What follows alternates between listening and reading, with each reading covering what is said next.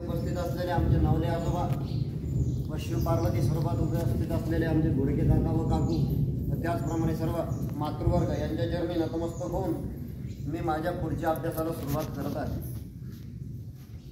काल आपण बघितलं की त्या शिवाने कशा प्रकारे या ब्रह्मांडाची या सृष्टीची त्यांनी निर्मिती केली. ज्यावेळेस सृष्टीची निर्मिती केली त्याच वेळेस सर्वत्र अत्यंत काळा कभिन्न अशा प्रकारचा तिथे अंधार होता.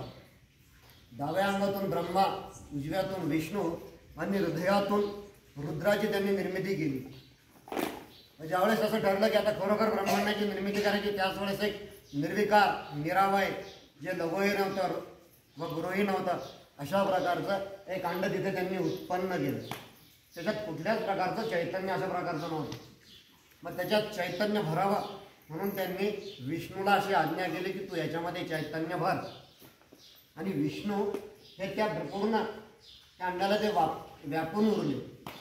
आणि म्हणून आपल्याकडे एक मंत्र आहे. आम्ही गुरुजी लोक जेव्हा आमच्याकडे पंचांग नसतं तेव्हा आम्ही एक मंत्र म्हणत असतो. तिथुर्विष्णू तथावारो नक्षत्र विष्णुरेवच योगश्च करणं चैव सर्व विष्णू मयम जगत.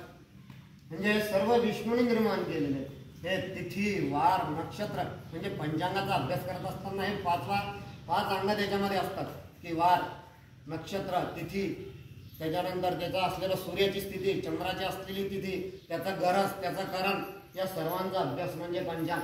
आणि हे सर्व विष्णूंनी निर्माण केलेलं असल्या कारणाने येथे त्या विष्णूला म्हणून म्हणतात सर्व विष्णू मयम जगत असा तिथं तो शब्द आहे. मग त्याचप्रमाणे नंतर त्यांनी इतर देवांची सुद्धा निर्मिती केलेली आहे. तर आजचा जो अध्याय आहे आपण त्याच्या मंगलाचरणाच्या एक 5 ओळी घेऊ. अध्याय 14वा संध्याचरित्र. श्री गणेशाय नमः, श्री सद्गुरुभ्यो नमः, श्री भवानी शंकराय नमः, श्री मातृपितृभ्यो नमः, श्री कुलदेवताय नमः. मागील अध्याय विस्तारे करून केले सृष्टी निर्मितीचे वर्णन. आता सद्गुरु कृपाघन तथा सुरस्वगदवे पुढे नारद मुने हे विश्वपिता तुम्ही कथली शंभुकथा तरी माझी मनाची तृप्तता झाली नाही लेशही तरी मजवर कृपा करून सांब शिवाचे परम पावन साध्यंत शुभचरित्र कथन मज प्रति सांगावे शिवशक्तीचे महत्तम चरित्र असे शुभपरम जे गुह्यात ही गुह्यतम असे दुर्लभ अगम्य निर्गुण निराकार विकार रहित चिन्मय सत आणि असतयुक्त ऐसे गुरुवी शक्तिहीन स्वरूपात शिव भगवान वर्तले.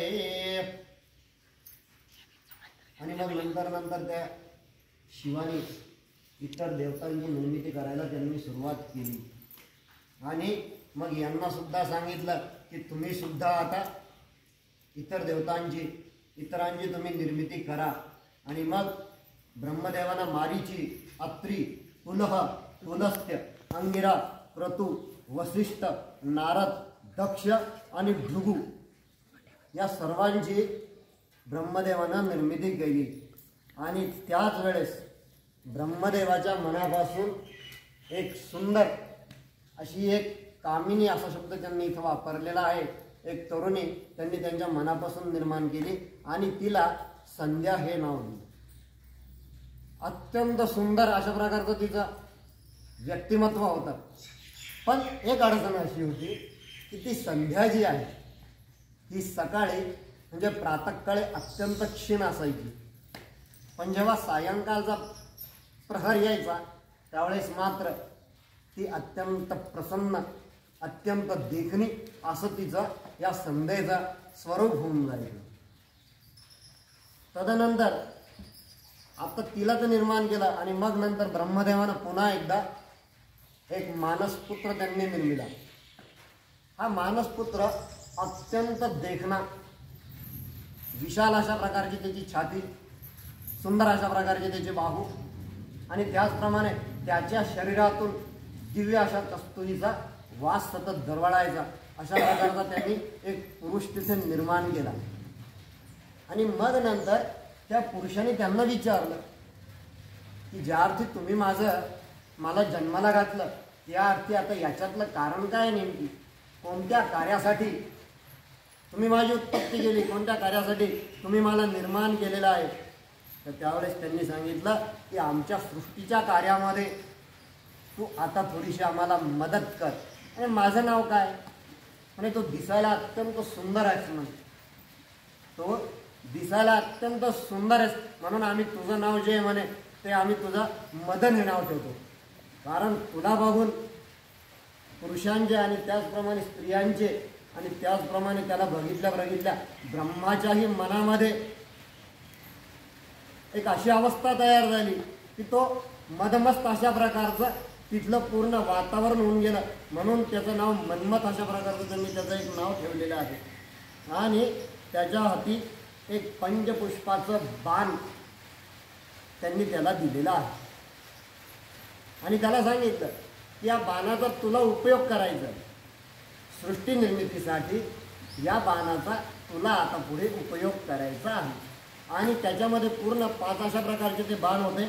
त्याचं नाव होतं त्या बाणांचं, एकाचं रोचन, हर्षण, मोहन, शोषण आणि मारण, हे त्या बाणाचं नाव होतं. आणि ब्रह्मदेवाने सांगितलं की या बाणाने त्रिदेवता सुद्धा तुला वश होतील.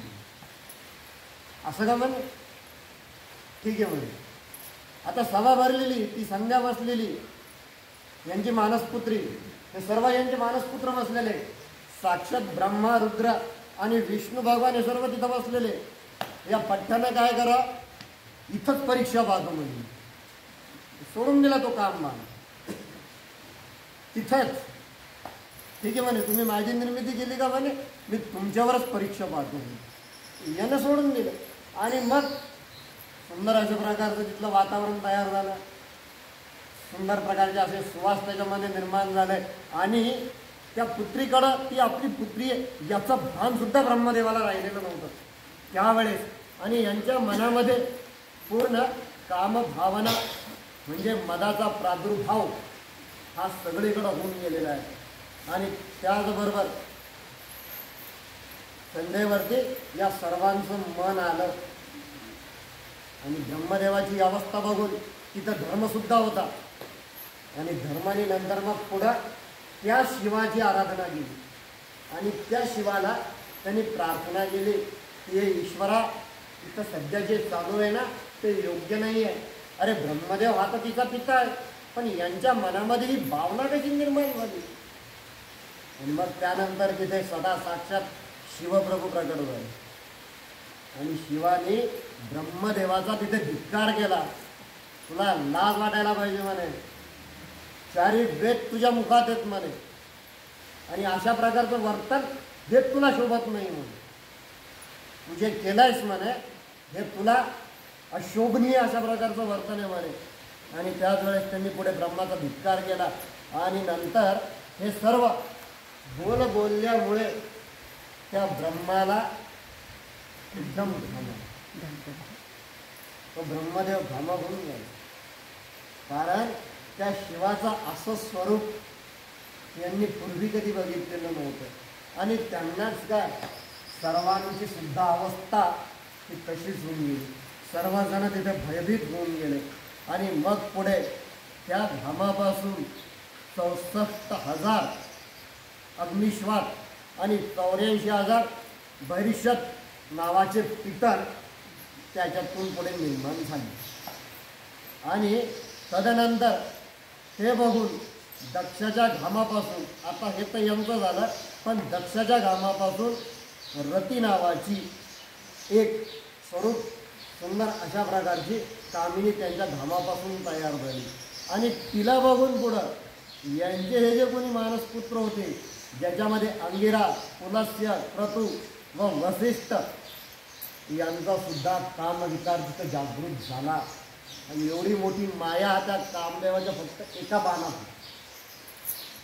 आणि तो त्यांचा निर्माण झालेला असल्या कारणानं त्याच्यातून पुढं सोमपा, अजप्या, सुकाली, हविष्मान आणि तव्यवाह या नावाचे पितर तिथे निर्माण झाले.